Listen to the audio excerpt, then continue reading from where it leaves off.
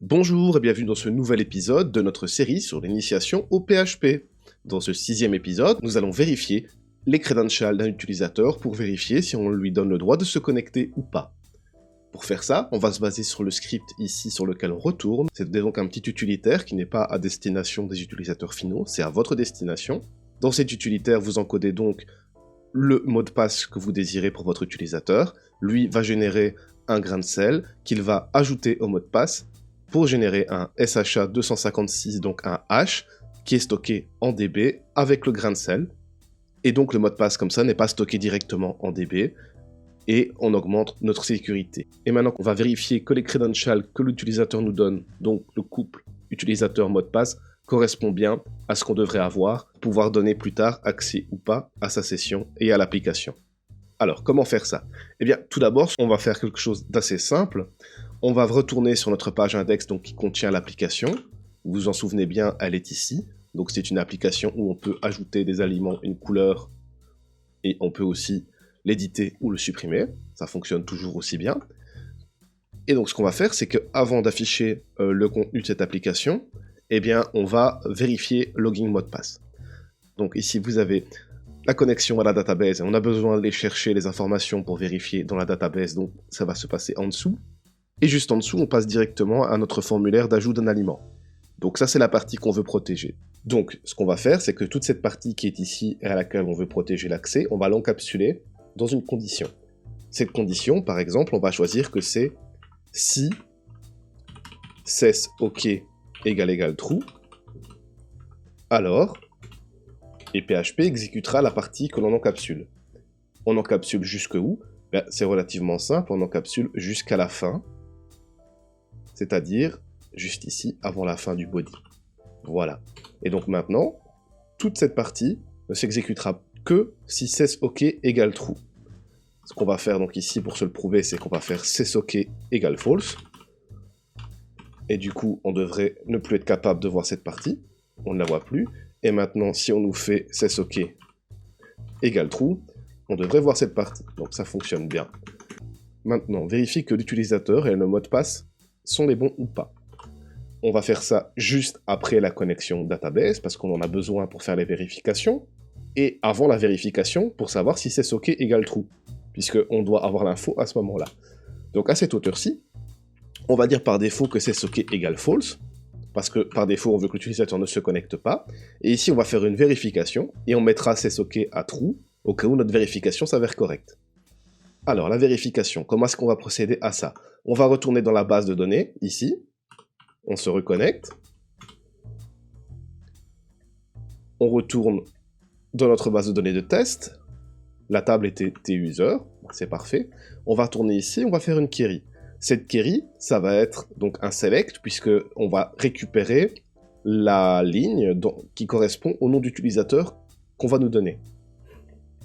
Alors, pour faire un select, on l'a vu plus bas, à l'endroit où on affiche notre tableau d'aliments. On fait comme ceci. Et donc, tout ce qu'on a à faire maintenant, c'est remonter ici, et de la même manière, notre quête va être select-moi tout depuis, eh bien, ça ne sera pas t-aliment, ça sera t-user. Voilà. Ou id plus grand que 0, ben dans ce cas-ci, non, parce qu'on ne veut pas tout récupérer. On veut savoir la ligne où username est égal à l'username qu'on nous donne. Alors, ce qu'on va faire, c'est que par défaut ici, on va rentrer un username, un bidon, qui est celui qu'on a nous en DB, donc qui est Toto. Et ensuite, on va faire username, et on se dirait, on va faire égal Toto. Mais comme il s'agit d'une comparaison de string, ces comparaisons de string, faites-les avec like, en MySQL. Et like vous permet en plus, si vous mettez ce joker-là, donc le signe %, ça vous permet de rechercher tout ce qui commence par Toto. Si vous mettez signe % devant, derrière, ça permet de chercher tout ce qui contient Toto. Donc voilà. Avec les strings, utilisez un like. Et donc, on va binder, bien entendu, parce que ça va encore être une input de l'utilisateur, et on veut être certain qu'on n'a pas d'injection MySQL. Et donc, on va binder quand? Eh bien, on va binder avant d'exécuter le fetch all. Alors, comment on fait ça? Déjà, fetch all, on n'en aura pas besoin, parce que fetch all, c'est pour récupérer toutes les lignes, mais ici, on ne laissera l'utilisateur s'inscrire qu'une fois, donc on peut faire un simple fetch. Et donc ici, on a bien associé la query MySQL, on lui a dit de l'utiliser, mais avant de l'exécuter, il va falloir que l'on donne la valeur d'username. Alors donc pour ça, on fait un bind, on a vu ici comment ça se passait. Voilà. On vient mettre le bind à cet endroit, et donc, ok, sur ma requête, tu me binds une valeur, username, et en fait, la valeur que ça va prendre, ça va être Toto. La valeur qui est contenue ici. On va même mettre Toto en dur.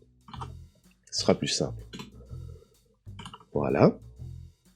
Et ensuite, exécute-moi la requête. Et donc en dessous, on va utiliser vardump, qui donc permet de faire du débugage et d'afficher une valeur. Et donc vardump, de quoi? Des datas qui sont censées être sorties. Voilà. Maintenant, on retourne sur notre application. On refresh la page. Et donc là, on se rend compte qu'on a une erreur. Alors, pourquoi on a cette erreur? Eh bien, en fait, c'est assez simple, je pense. Ce qui s'est passé, c'est qu'on a fait une bourde. En fait, on a voulu faire bind value alors qu'on avait utilisé query devant. Et du coup, le problème, c'est que ça ne fonctionne pas. Vous pouvez utiliser query directement sur votre requête, mais il ne faut pas que vous ayez envie de binder quelque chose dedans. Donc, c'est très simple. À la place d'utiliser query, ce qu'on va faire, c'est qu'on va utiliser prépare, comme ceci. Voilà, ici.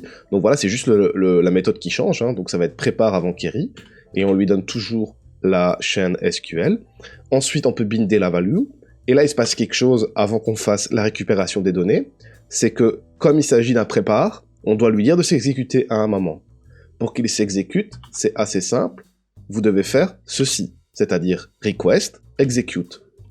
Donc, super simple. On a notre chaîne SQL, on lui dit prépare-toi parce que c'est celle que je vais utiliser. Ensuite, on lui dit bind la valeur, et ensuite on lui dit exécute-toi, puis récupère une ligne. Et affiche-la. Maintenant, on ne devrait plus avoir le problème qu'on a eu précédemment. On récupère les informations, elles s'affichent correctement. Sur cette base-là, on va pouvoir maintenant vérifier le mot de passe, puisqu'on a ici le hash et on a ici le grain de sel. Donc en ajoutant le mot de passe qui va être entré par l'utilisateur au hash et en passant dans la fonction de hash SHA-256, on doit obtenir ceci. Si on l'obtient, ça veut dire que le password est correct. Si on ne l'obtient pas, c'est que c'est un mauvais password. Donc ce qu'on va faire maintenant, c'est que on va retourner voir comment sont structurées les données. Et on se rend compte que, comme on a fait un fetch et pas un fetch all, on se retrouve directement avec un seul objet et pas une array d'objets. Et donc, comme on a placé ça dans la variable data, en demandant data flèche, comme c'est un objet, flèche GDS, on aura le grain de sel, par exemple. Donc, on a besoin du grain de sel et du hash SHA-256. Retournons ici. On va rentrer nos variables. Donc, d'abord, on va rentrer un password qu'on choisit directement ici dans le code. On fera l'input plus tard, comme je l'ai déjà dit. Et donc, ce password, si vous vous souvenez, on va mettre le bon password. Et ce bon password, c'était quoi? C'était Toto.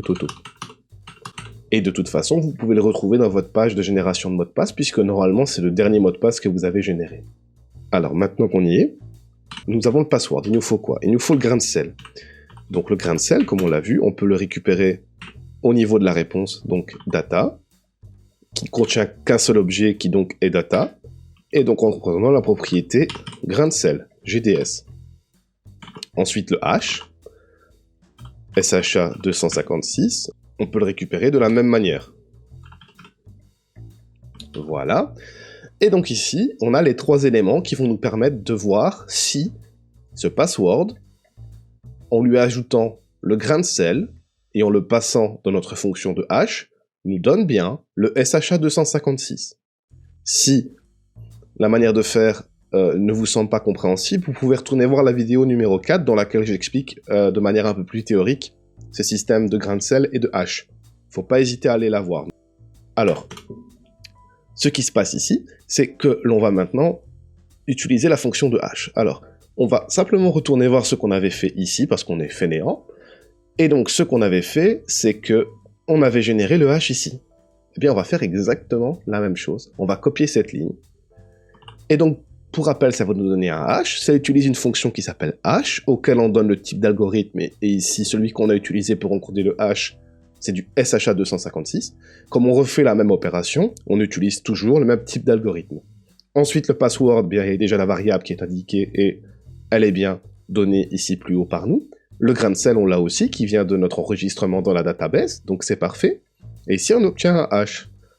Donc, une fois qu'on a ça, si le password était le même que celui qui est en base de données, comme on a vu que c'était toujours prévisible et que ça retournait toujours la même valeur lorsqu'on donnait la même chose à hasher avec le même algorithme, on devrait avoir le même hash. Notre hash en base de données, il est stocké ici, dans le champ SHA-256, et on a récupéré sa valeur. Et donc maintenant, on fait juste une condition qui est si, d'accord, SHA-256 qu'on a récupéré de la DB, égale le hash qu'on a généré. Cette fois-ci, on l'a généré sur base du password que l'utilisateur a rentré. Donc là, on a choisi le même password qu'on a utilisé dans le script pour générer le hash qu'on a mis dans la base de données. Donc logiquement, ça devrait fonctionner. Si c'est le cas, on va passer OK à true. OK égale true. Voilà. Donc maintenant, avec ce qu'on vient de faire, eh bien, si jamais le hash correspond bien au hash qu'on a récupéré en DB qu'on avait généré plus tôt grâce à notre script, cela veut dire que le password encodé est bien le bon password. Et donc, on passe session OK à true uniquement dans ce cas-là. Et ensuite, si c'est le cas, ça affiche le reste de notre app. On va vérifier ça tout de suite.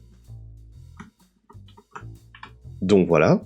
Ici, on se rend compte qu'on a effectivement les informations en DB dont on a demandé d'avoir un vardom. On voit qu'on a fait le vardom du hash qui est généré. Il correspond à celui qu'on a en DB. Et donc, à partir de ce moment-là, l'app s'affiche.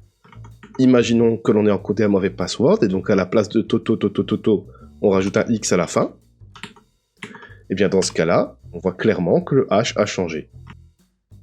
Dans le prochain épisode, qui sera l'épisode 7 de cette série, on verra exactement comment créer le formulaire de connexion, donc l'interface avec laquelle l'utilisateur va se connecter, et ensuite on utilisera en arrière-plan ceci pour vérifier si le password qu'il a entré est correct, et au cas où le password est correct, on le redirigera vers l'application.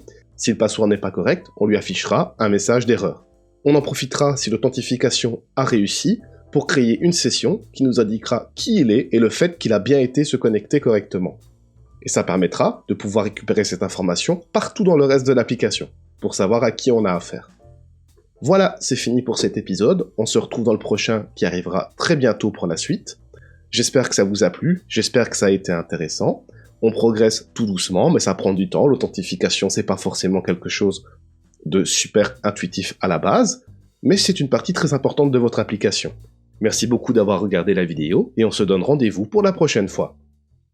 L'instant auto, l'instant promo, l'instant auto promo. Si vous souhaitez soutenir le travail de la chaîne, n'hésitez pas à laisser un like, un commentaire, à vous abonner et à partager la vidéo. Vous pouvez aussi m'offrir un café pour devenir supporter officiel de la chaîne. Lien dans la description.